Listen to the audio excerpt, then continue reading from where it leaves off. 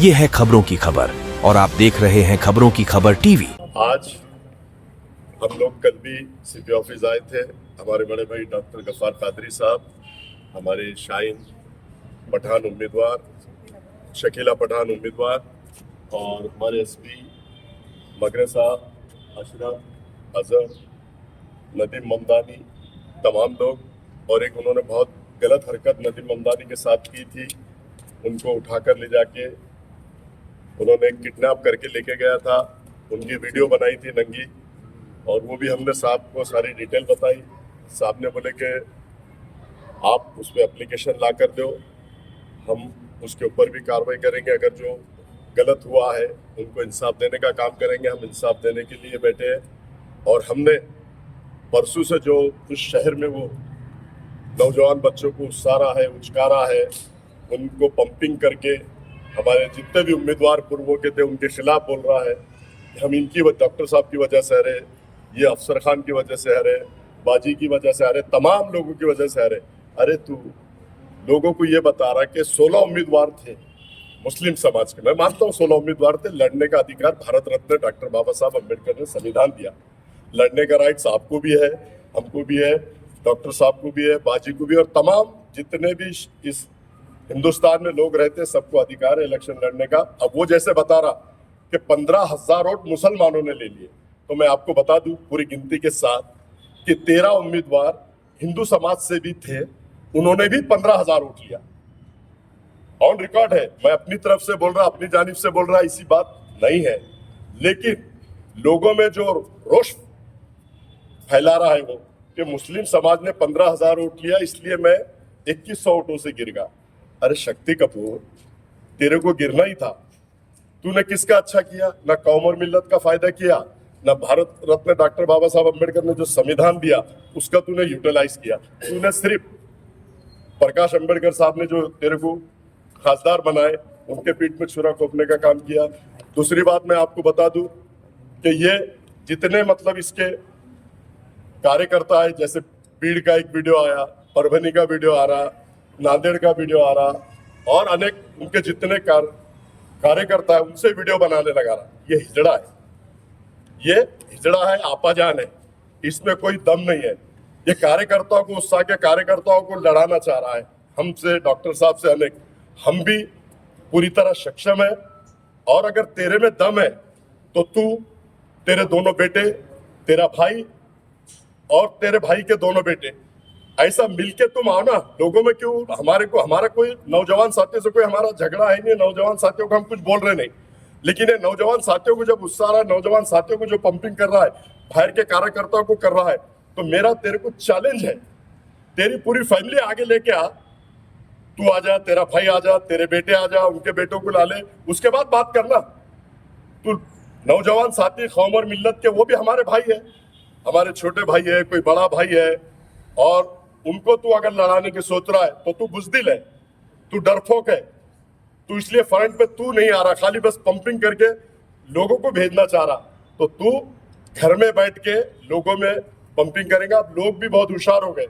अब लोग कोई तेरे लिए लड़ेगा नहीं, तेरे लिए कोई आएगा नहीं, तेरे लिए किसी से, अब मेरी किसी से कोई नौजवान से थोड़ी दुश्मनी है, डॉक्टर साहब की कोई नौजवान से थोड़ी कोई दुश्मनी है। अब तू गिरगा तो उनको उत्साह रहा, तू उनको भड़का रहा। तू दलाल है, तू लोगों की दलाली करा पूरे 10 साल में, पूरे महाराष्ट्र में। और तू बोल रहा लोगों को डालने लगा रहा पोस्ट कि मैं गद्दार है, डॉक्टर साहब गद्दार है, हम मीर सादिक है, मीर जाफर है। तो मैं आप लोगों के माध्यम से शहरियाने औरंगाबाद को, मराठवाड़े को और पूरे महाराष्ट्र को बताना चाहता, मीर सादिक ये खुद है, मीर जाफर असद अवैसी है। और इन्होंने, हम तो यहाँ इलेक्शन हम लड़े, ये पूरे देश में जाके इलेक्शन लड़ रहे। मीर सादिक और मीर जाफर का काम ये कर रहे, कौम के गद्दार और दल्ले ये दोनों है। स्पष्ट आपके माध्यम से कहता हूं। और अगर तुम ये कह रहे हैं कि हमने इलेक्शन नहीं लड़ना, तो तेरे में कोई, तू भी मत लड़ना, फिर तू क्यों लड़ रहा? तेरे को अगर संविधान दिया, तू इलेक्शन लड़ रहा, तो हमको भी संविधान दिया हुआ है ना, हम भी इलेक्शन लड़ सकते हैं ना। और तेरे में अगर दम है, तू अगर चाहता है, तो तू, मेरा चैलेंज है स्पष्ट, मैं आपके माध्यम से बताना चाहता हूं कि तुम दोनों भाई, तुम्हारे चारों बेटे पहले आगे आना, तो हम मानेंगे तुमको। तुम दूसरों के कंधे पे रख के बंदूक चला रहे, ये हरगिज होगा नहीं। हमारे जितने भी नौजवान बच्चे उनके साथ थे, हमारे साथ थे, सब हमारे भाई है, हमारे दोस्त है, बुजुर्ग भी हमारे मानने वाले हैं, हमारी माताएं बहनें भी, हम उनको भी मानते हैं, सबको मानते हैं। लेकिन तू जो पंपिंग कर रहा है ये बंद कर दे, और तेरे में दम है तो तू पूरी खानदान के साथ आ जा। हम सक्षम है तेरे से बात करने के लिए, तू तेरा हर ईट का जवाब पत्थर से देने के लिए। डॉक्टर साहब सक्षम है, हमारे बड़े भाई, हम सक्षम है, हमारी पूरी टीम है, डॉक्टर साहब की पूरी टीम है। तू ये घर में बैठ के आपा जान वाले काम मत कर, लोगों में उत्साह मत। और मैं नौजवान साथियों से अदबन गुजारिश करता हूँ कि तुम्हारा हमारा डॉक्टर साहब से कोई झगड़ा है ना हमारा कोई झगड़ा है। मीर सादिक और मीर जाफर ये है, यूपी में जाके 100 सीट लड़ा है। बुलडोजर चलाने वाले को आज जो संबल में हो रहा है वो इन्हीं की वजह से हो रहा है। योगी को लाने का काम इन्होंने किया। महाराष्ट्र में 16 सीट इन्होंने लड़ाई। इनका ऑरेंज देख लो, सिर्फ औरंगाबाद छोड़ दिए, मालेगांव छोड़ दिए तो सब जगह 1000, 1500, 700, 800, 1200 ऐसे वोट मिले।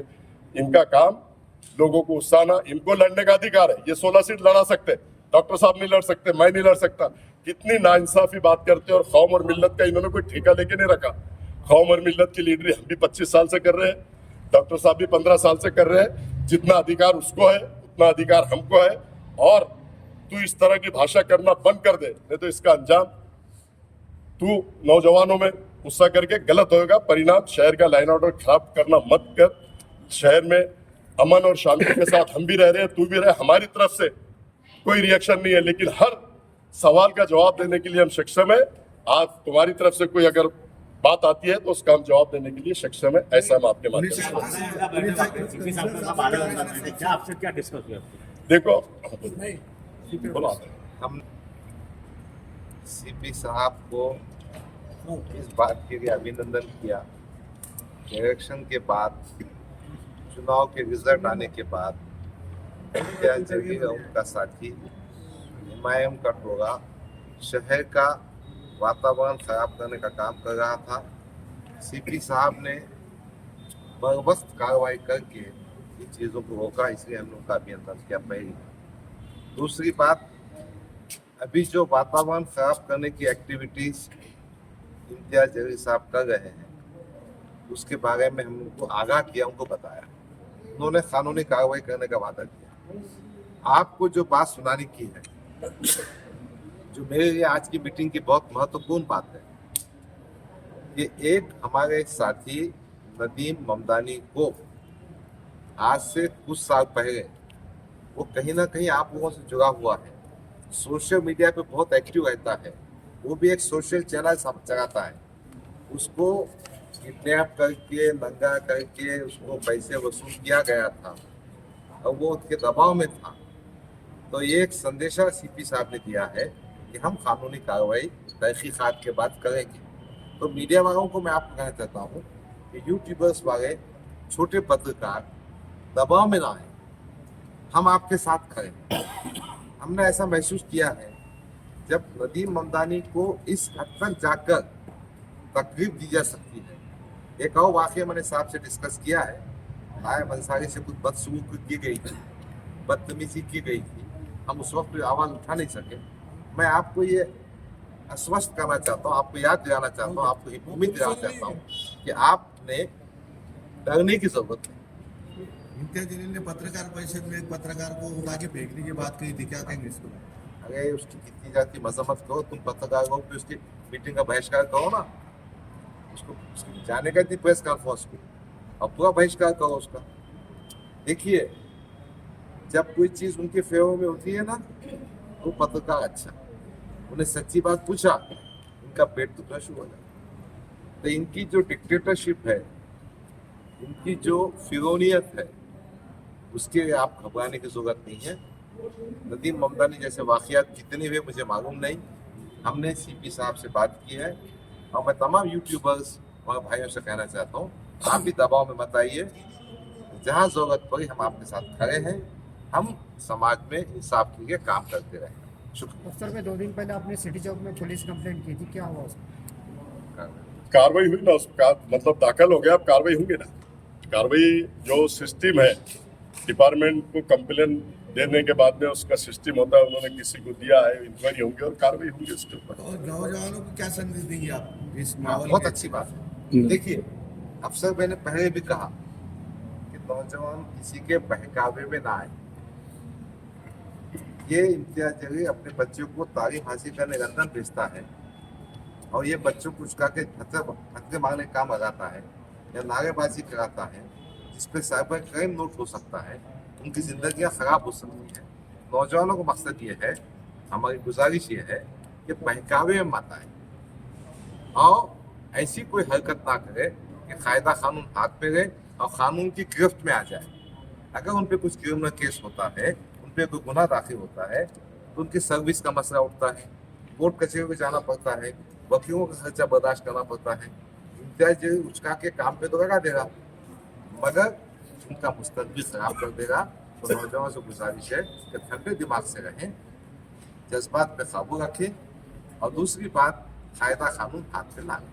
मैडम, आप भी उम्मीदवार थे पूर्व से, आप क्या कहेंगे? देखो, वंचित बहुजन आघाड़ी उसने जो किया उसका हमने मजम्मत किया, आज भी हम करते हैं और हम पूरा महिलाओं के साथ है। वंचित बहुजन आघाड़ी हर जिस पे जुल्म अन्याय अत्याचार होता है उसके खिलाफ हमेशा आवाज उठाती है। आदरणीय हमारे नेता बाला साहब अम्बेडकर, आपने देखा होगा, जिसमें भी चाहे वो मुस्लिम समाज हो, चाहे वो दलित समाज हो, चाहे वो बौद्ध समाज हो, चाहे वो ओबीसी समाज के लोग हो, उसके लिए वंचित बहुजन आघाड़ी हमेशा पूरी ताकत के साथ उनके पीछे है और वो महिला को इंसाफ दिलाने का काम हमने करेंगे। आज भी वो डिस्कस हमने साहब से किया। साहब ने खुद कहा है इम्तियाज जलील के ऊपर अट्रॉसिटी गुना दाखिल हुआ है गारखेड़े के अंदर। बहुत अच्छा हुआ। उनको अटक करने के लिए क्या आगे कदम उठाएंगे? वो साफ करेंगे, वो हमारा काम नहीं है, वो पुलिस कमिश्नर साहब करेंगे। जहाँ गुना दाखिल हुआ इन्वेस्टिगेशन आप सबका वो धन्यवाद, करेंगे। शुक्रिया, थैंक यू।